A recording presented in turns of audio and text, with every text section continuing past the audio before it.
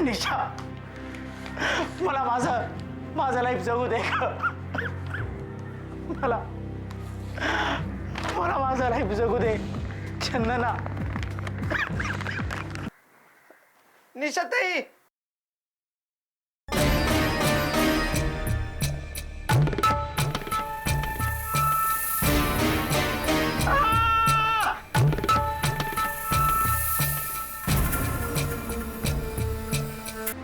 बाबा अजय आला होता का? हो, तो निशा आबा सगळ्यांच्या भेटी झाल्यात. मग सगळं ठीक आहे ना? कुणाबद्दल विचारतेस तू? अजय बद्दल बाबा. नाही, काही ठीक नाही. तुम्ही मला काही सांगा, पण मी निशाला सामोरे जाऊ शकत नाही. म्हणजे माझी हिंमतच होत नाही. तुला हे करावंच लागेल अजय. तात्यांना बोलवावं आणि म्हणजे निशाला या घराबाहेर काढणं सोपं जाईल. सापही मरेल आणि रामो. हा आई साहेब. बोलाय साहेब. आबा आले नाही, समीर दादा आणि आबा अजून आलेले नाहीत. निशा कुठे? ते त्यांच्या रूम मध्ये टीव्ही बघत बसलेत. दिवे लावले तिने? हो, लावले दिवे. पण आता पण काय? मला माफ करा आई साहेब. अरे बोल ना, काय झालं? नाही म्हणजे तुम्ही रागवणार नसाल तर सांगू का? मला ना हा भूताबिताचा प्रकार वाटतोय. रामो, काहीतरी काय बोलतोयस रे? नाही म्हणजे आई साहेब, तुम्हाला माहित नाही, मला खूप भीती वाटते हो. अहो तुम्हाला सांगतो, ते कडं बघितलं ना की निशा ताई एकदम वेगळ्याच वागायला लागतात. कडं बघितल्यावर? हो, तुम्ही मला ते कडं फेकून द्यायला सांगितलं होतं, पण त्या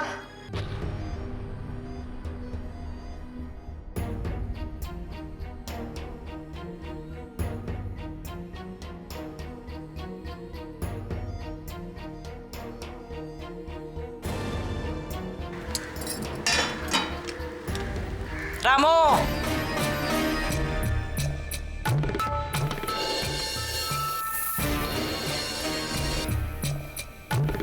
तुझी हिम्मत कशी झाली त्या कड्याला हात लावायची? तुमचं भाग्य समजा की त्या कड्याला हात लावायची संधी मिळते तुम्हास. आता तुमच्यासारखी नतदृष्ट माणसं अशी वागतात. यापुढे लक्षात ठेवा, ते कडं जर या घरातून बाहेर काढण्याचा प्रयत्न जरी केलात तरी मान छाटून हातात देऊ तुमच्या. उचला ते आणि मारायला ठेवा परत. ठेवा.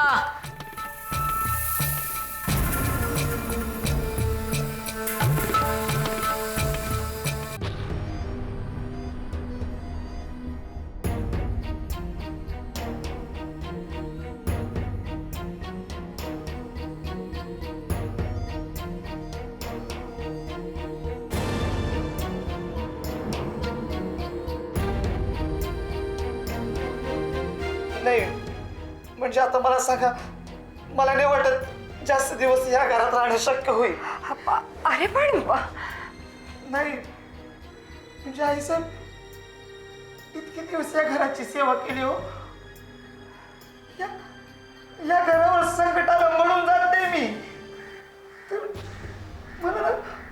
मला धीरच धरवत नाही हो. खूप खूप भीती वाटते हो.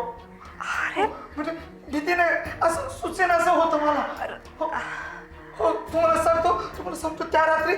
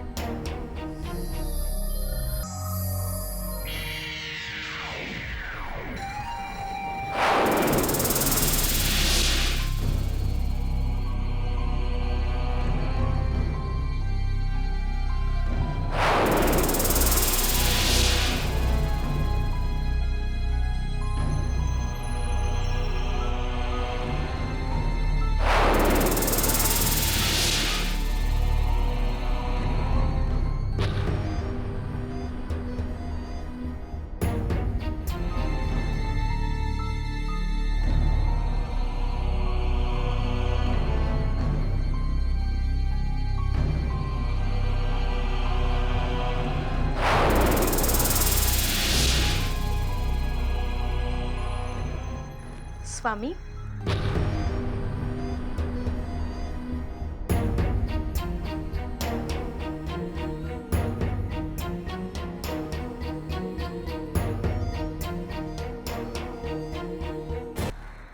कड सापडलं.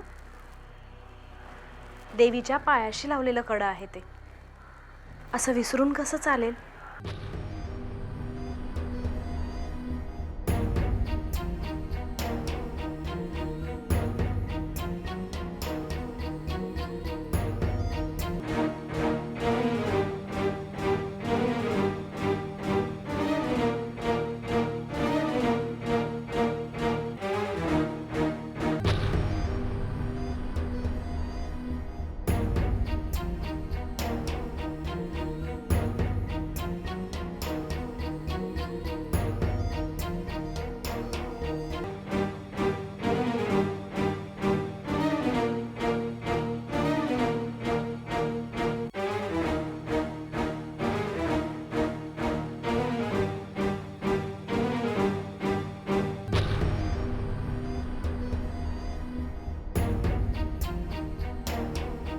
आता तुम्ही सांगा, काय करू मी? सांगा, तुम्ही सांगा.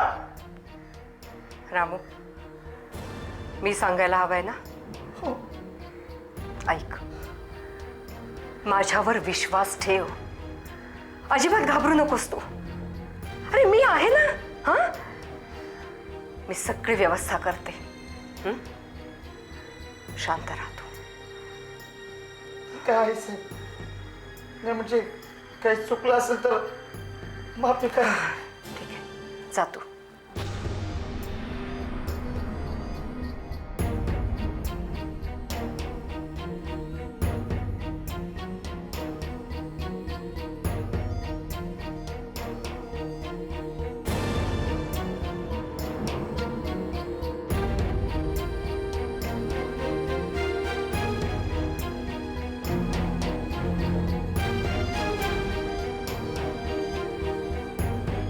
स्वामी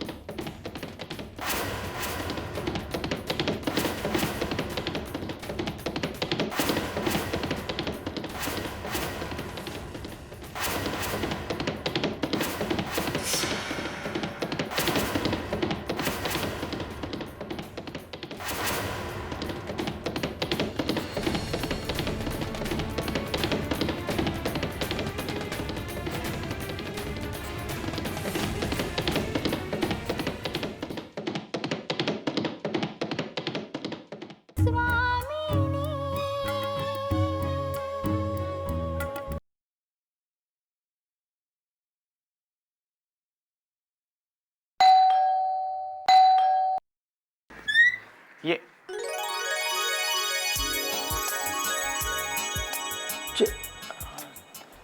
चंदना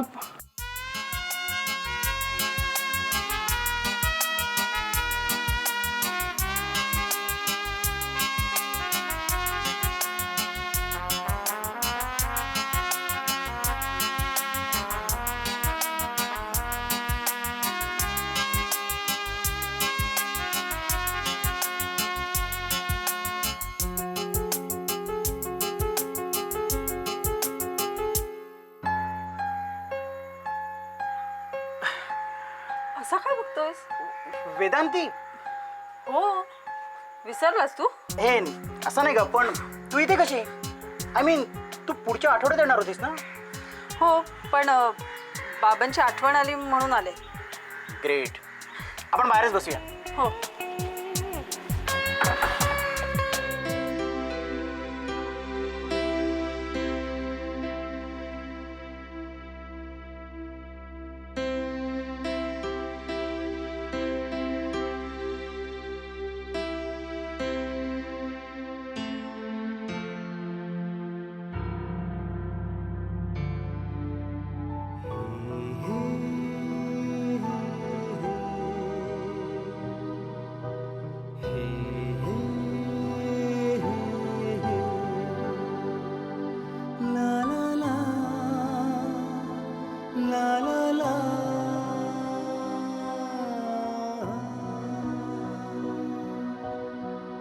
तू कुठे बाहेर निघाला होतास? वाघिणीच्या गुहेत. म्हणजे? निशाला भेटायला ग. म्हणजे ती जर भेटली तर नशीब. का असं का? म्हणजे वेदांती, तू इथनं गेली आणि पुलाखालनं बरंच पाणी वाहून गेलं. तुला मी ते सांगितलं होतं ना स्वामी प्रकरणाबद्दल. तुझ्या बाबांना भेटायला गेलो आणि नेमकी निशाही त्याच दिवशी तिथे आली. आणि तुला सांगतो, ती ज्या पद्धतीने वागली त्या दिवशी, म्हणजे तुझ्या बाबांना ती 9वारी साडीत दिसली, आम्हाला ती 6वारी साडीमध्ये दिसली. आणि नंतर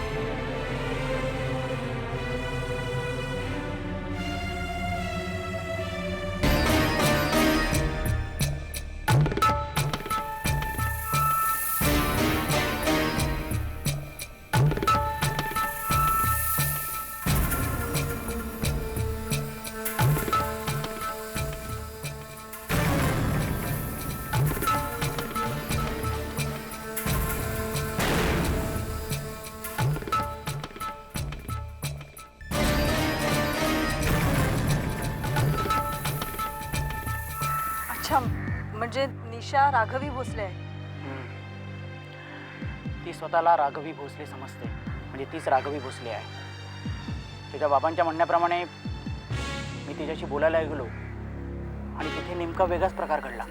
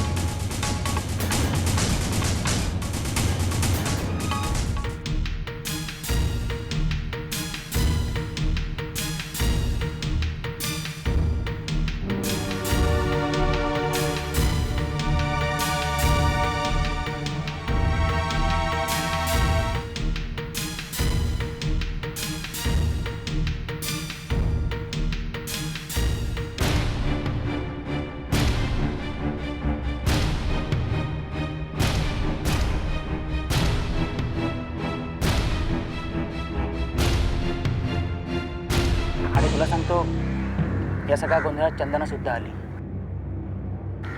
हो बाबा म्हणाले. आणि आता तेही निघून गेली. तुला सांगतो वेदांती, ह्या सगळ्या गोष्टी ना ह्या सर्वसामान्य माणसाच्या बुद्धीच्या पलीकडच्या आहेत. काहीच कळत नाही. तसं नाही रे. आपण जर आपल्यापुरताच प्रकाश ठेवला तर त्या पलीकडे असलेला अंधार आपल्याला भयानक वाटतो. पण आपणच जर अंधारात असू आणि अंधुकसा जरी प्रकाश दिसला तर मात्र आपल्याला अंधाराची नक्कीच भीती वाटत नाही. कळलं? म्हणजे बी पॉझिटिव्ह. आशेचा किरण कधी ना कधी मिळेल या आशेने अंधारात प्रवास करत राहायचा. असं ओके, जशी आपली आज्ञा. चल आता मला लवकर घरी सोड. बाबा खूप चिडले असतील. अरे मी आले, सामान तसंच टाकलं आणि लगेच निघाले. बाबांना भेटले सुद्धा नाही माहितीये. वेदांती,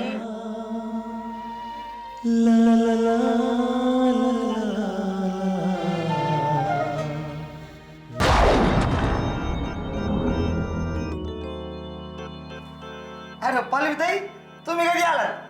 मगाच आलोय. रामू, हा तू ओळखतोस हिला?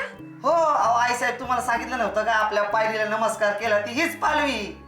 आम्ही किती ट्राय करत होतो माहिती. आम्ही म्हणजे गुरुजी पण हो. का? बरं मला सांगा आता आपण कुठं चाललोय? कुठे? हे बघा हुशार, अगं आता मी तुझ्या बरोबर येतोय का नाही, आपण तुझ्या घरी चाललोय, कळलं का? अच्छा. अच्छा काय, मला सांग तुझं घर कुठं आहे? हे काय याच्या पलीकडे? याच्या पलीकडं म्हणजे त्या जाधवांकडं का? नाही. अगं मग त्याच्या पलीकडं तर विहीर आहे. हा तिथेच थांबवा, तिथे जाईन मी. अच्छा असं नाही, असं कसं? हे बघ आई साहेबांनी सांगितलं की घरापर्यंत सोडायचं तुला. रामू काका, हा. ते बघा काय. काय बघू?